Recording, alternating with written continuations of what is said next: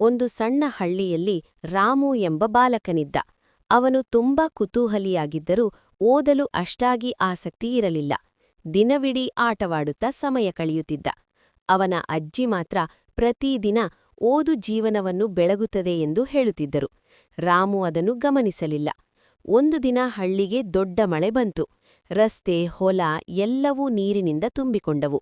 ಜನರಿಗೆ ಪಟ್ಟಣಕ್ಕೆ ಹೋಗಲು ತೊಂದರೆಯಾಯಿತು. ಆ ಸಮಯದಲ್ಲಿ ರಾಮುವಿನ ಗೆಳೆಯ ಶಂಕರ್ ಒಂದು ಪುಸ್ತಕ ಓದಿ ಮರದ ದಂಡಗಳಿಂದ ಸೇತುವೆ ಮಾಡಬಹುದು ಎಂದು ಹೇಳಿದ.